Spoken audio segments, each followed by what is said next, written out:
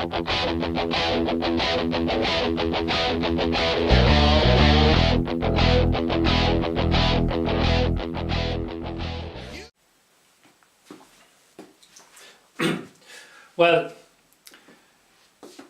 last time we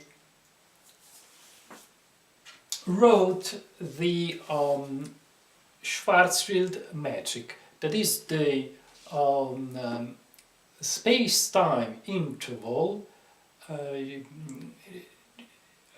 as seen by a faraway observer that is away from the gravitational center of a big mass M. We have wrote the radial Schwarzschild metric, considering the problem just in only one dimension. So we do again the sketch. This is the big mass M. This is the line along which all the phenomena happen. Okay, it's a bit wavy. Okay, it should be straight. Okay, and this is a very far observer.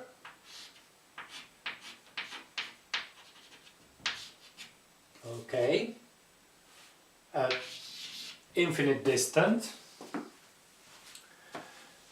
And then we had a test mass, little m, falling down towards the center of the attractive mass with a velocity v.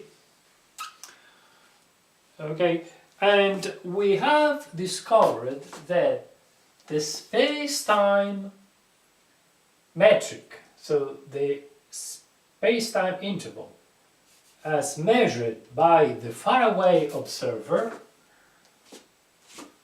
is given by delta s square, space-time interval, is equal to c square times 1 minus Lg over r times delta t square minus delta r square divided 1 minus Lg over r. And this is the Schwarzschild metric. Precisely the radial unidimensional metric. Okay? And remember that Rg, the gravitational radius or Schwarzschild radius, is equal to 2gm over c square. Okay, so it is possible to calculate the space-time interval of two separate events as is measured by the faraway observer. Okay.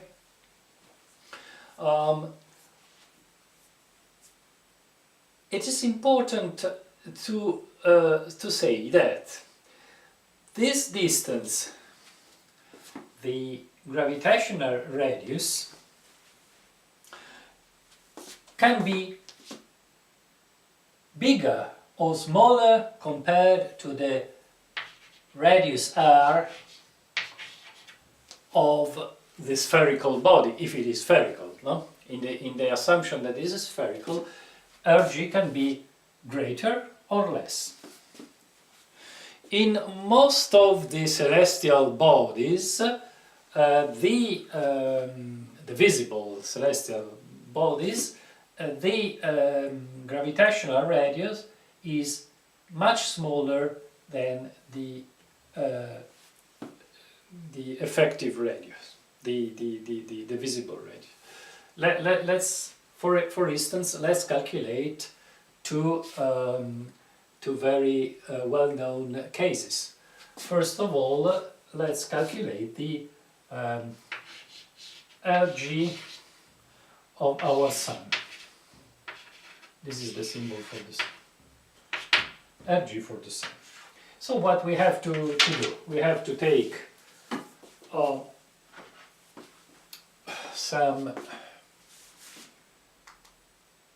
applications or some book. I use a simple application on the iPhone that gives me all the physical constant, and I know that, for instance, the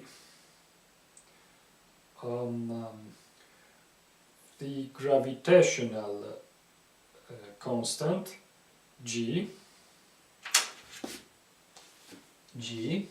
is equal to 6.67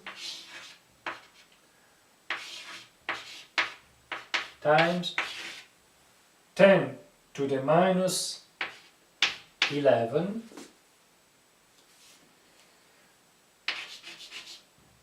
meters cubed over kilograms and second square. Then I have to multiply by 2. Then the mass of the sun. The mass of the sun is something like 10 to the 30 kilos. Let me check.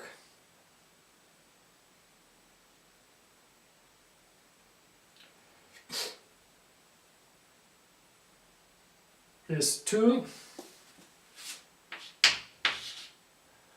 times 10 to the 30 kilos,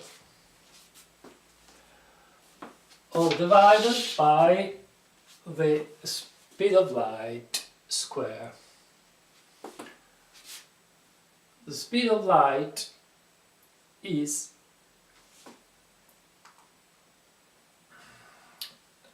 300,000 kilometers per second.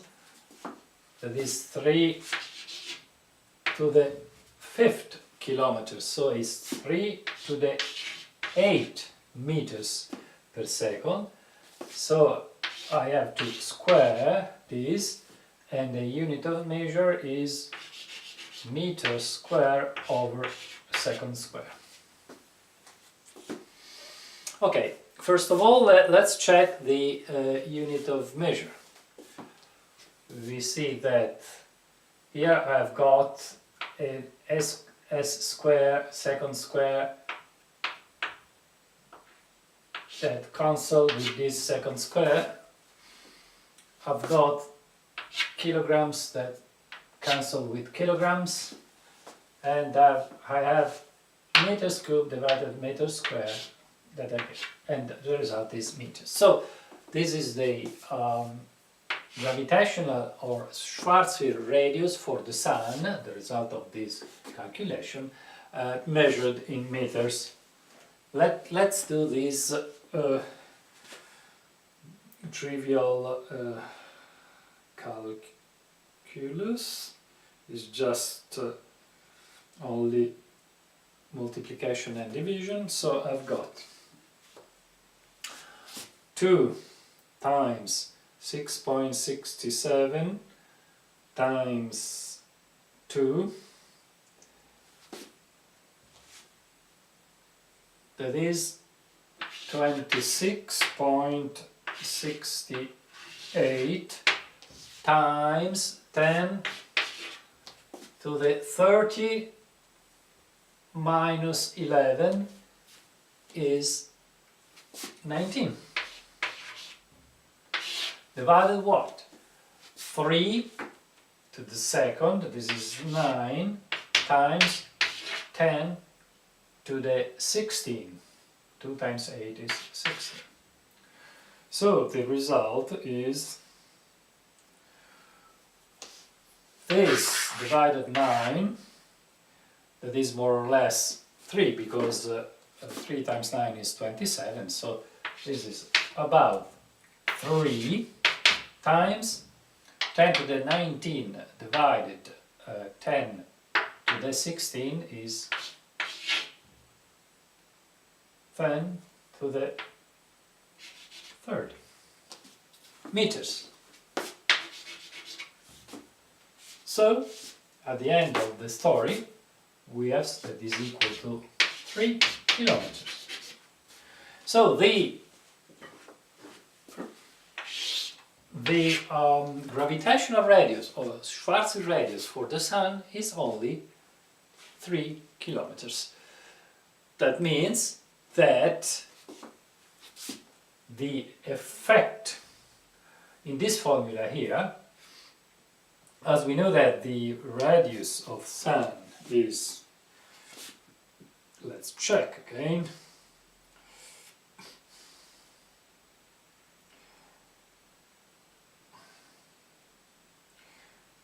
Sun is about, the radius of Sun is about 700,000 kilometers. You see that the ratio between the gravitational radius and the real visible radius of the Sun is something like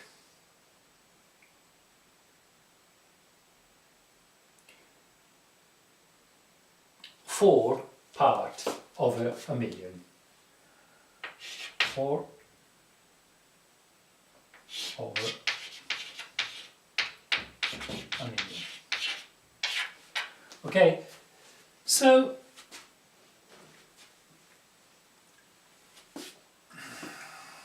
what does it mean? Let's cancel and keep in mind the result.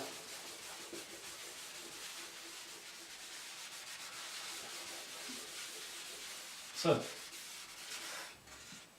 the gravitational radius of the Sun is 3 kilometers. And this ratio here, Rg over R, is, for the Sun, is 3 over 700,000. That is more or less 4 parts over a million. So this number here is very near, very close to 0. That means that the space-time around the Sun is almost flat, because this geometric is something like, if you it's almost flat if you stay near the surface of the Sun. Okay, near the surface of the Sun, small r, that is this coordinate here. Okay, this is r. R is 0 at the center of the Sun, and here is on the surface of the Sun, R is equal to 700,000, and so on. So when you are on the surface of the Sun, the metric is 1 minus 3 over 700,000 delta t square minus delta r square divided 1 minus 3 over 700,000. So this is almost 0, this is almost 0, so the metric is more or less c square times delta t square minus delta r square, that is flat. It is almost flat, but not completely flat. This is the reason why it was possible to observe this very small angular deflection of the light of stars during the solar eclipse, showing that there is the space-time just around the sun is not completely flat. But this correction here corresponds to the warping of the space-time. Okay, so you see that if I go far and far away from the sun, suppose that I go at the distance of the Earth, that is 140 million kilometers, so meters, no, kilometers, well, we said, okay, like 3 is 3 kilometers. So this, in this case, you see that the metric is, for all practical purposes, is definitely flat. So the effect of the sun warping the space-time is just smaller and smaller as you go away. But it is enough to make the planets orbiting around the sun.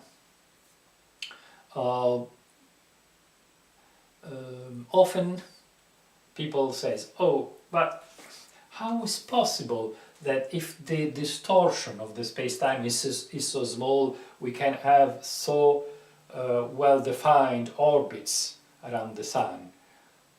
This is due to the fact that this misunderstanding that often when people try to explain in a popular way the general theory of relativity, they use the nice, spectacular image of a sheet, a rubber sheet, with a heavy metal ball put on the surface, and we have just this effect of the warping of the rubber, and these nice people they throw a little ball on the surface, on the curved surface, on the warped surface, and you see that the little ball, the little marble, is orbiting, spiraling around the mass in the center of the rubber.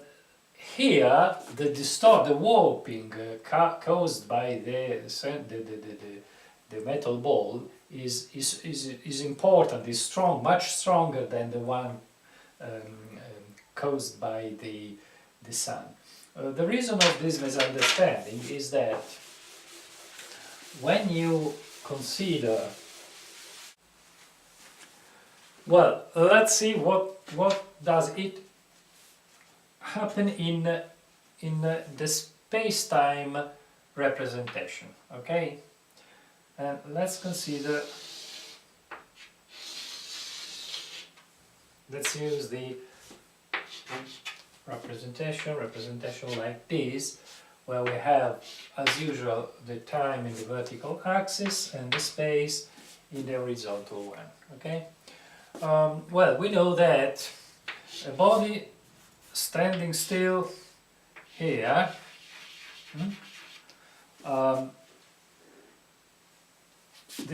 its line of universe, its line of evolution is just the vertical axis, because it is still not moving here, but moving in time. So the time is passing, and the point corresponding to the origin moves